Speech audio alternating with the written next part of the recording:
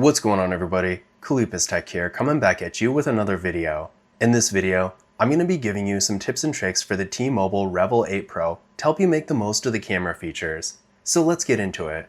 So the first thing I'm going to show you is how to use the ultra-wide camera. This feature allows you to get a wider angle when you're taking photos. So if you're taking a photo of like a scenery type thing, or a group photo, or pictures of a building or a larger object, for example, it's going to make these pictures come out a lot better. So to get to the ultra wide camera from our main camera screen, what you're going to want to do is hit this 0.5 right here.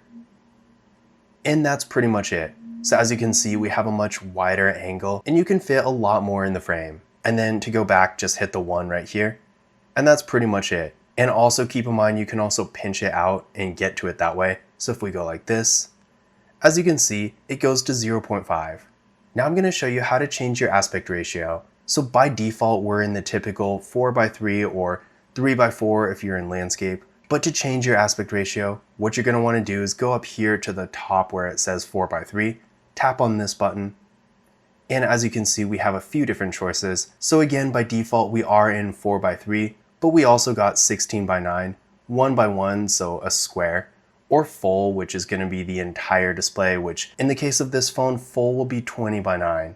The next thing I'm going to show you is how to use the macro camera. So in case you don't know, this phone does actually have a 2-megapixel macro camera. And this feature is going to allow you to get those close-up detailed images. So if you are trying to get a shot like that, the regular camera kind of does it, but the macro camera does make a difference. So to get to the macro camera, what you're going to do is go to the bottom bar right here, go to More, and then from here, hit macro.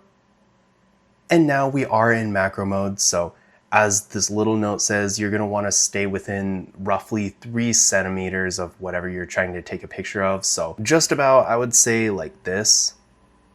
And yeah, in general, the macro camera does work really well. But also keep in mind, when you're done taking macro photos, be sure to close this out. Otherwise, if you're taking a regular photo in macro mode, it could end up turning out blurry. So yeah, definitely keep this in mind. But now going back to this More section, I just want to do a quick overview on what other camera modes we have. So in addition to macro mode, we also got Pro mode, panorama, slow motion is in here. So I know a lot of people ask about slow motion during camera videos. So in case you're wondering, this phone does have slow motion and it's just in this More section. Then we got hyperlapse. Again, macro mode is right here, 50M, so this is going to use the full power of the camera. So by default, despite this phone having a 50 megapixel camera, it doesn't automatically use all 50 megapixels. I think it uses like 12 or 13 in regular photo mode, which it is perfectly fine in most situations. But if you want to take a sharper, higher quality image, you can use this mode, and keep in mind, it will make the file a little bit larger, but it does make things a bit sharper and higher quality. And then finally, we got Google Lens. And then looking at the bottom bar, we also got portrait mode, regular photo and video mode, and then night mode. And keep in mind, if you ever want to add something to this bar, all you have to do is hit this pencil icon up here. And then up here is what we have in the bar right now. And you can switch things around from here. So a little bit different from a lot of phones where you can just press and hold on the icon and move it that way. But in case you're wondering how to customize this bar down here, that's how you do it. Now the next thing I'm going to show you is actually a quick way to open the camera itself.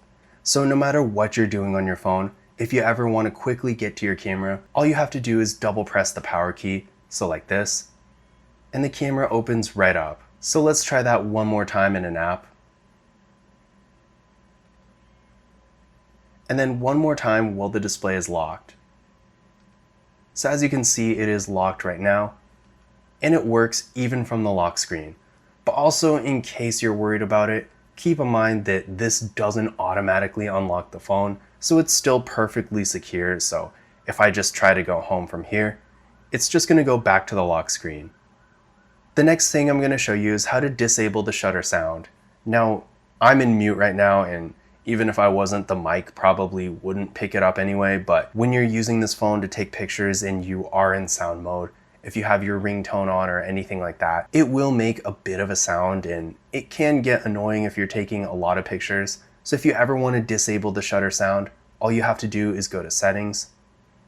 And then from here, right up here, by default, shutter sound will be on, but you can just toggle it off And that's pretty much it. Now from here, the next thing I'm going to show you is how to change your video resolution. Now this is also in your main settings menu from the camera, but again, it's this top right icon right here. So from here, what you're going to do is go to where it says video, so that's going to be right here.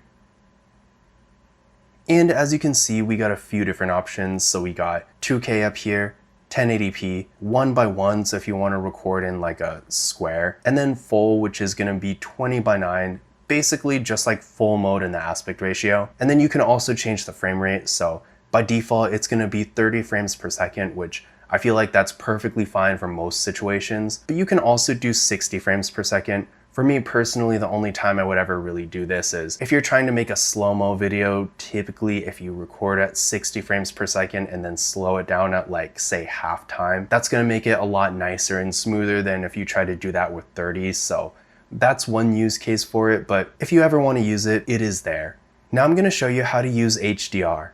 So HDR is good if you're taking pictures in slightly different lighting, so maybe like a slightly darker room or something like that. It's gonna help balance out the shadows and the lighting in general. So it is on by default, but I know sometimes HDR is known to make things look a little bit weird, especially when it comes to colors. So if you wanna turn it off, you can hit this icon right here, and then go here, and that's pretty much it.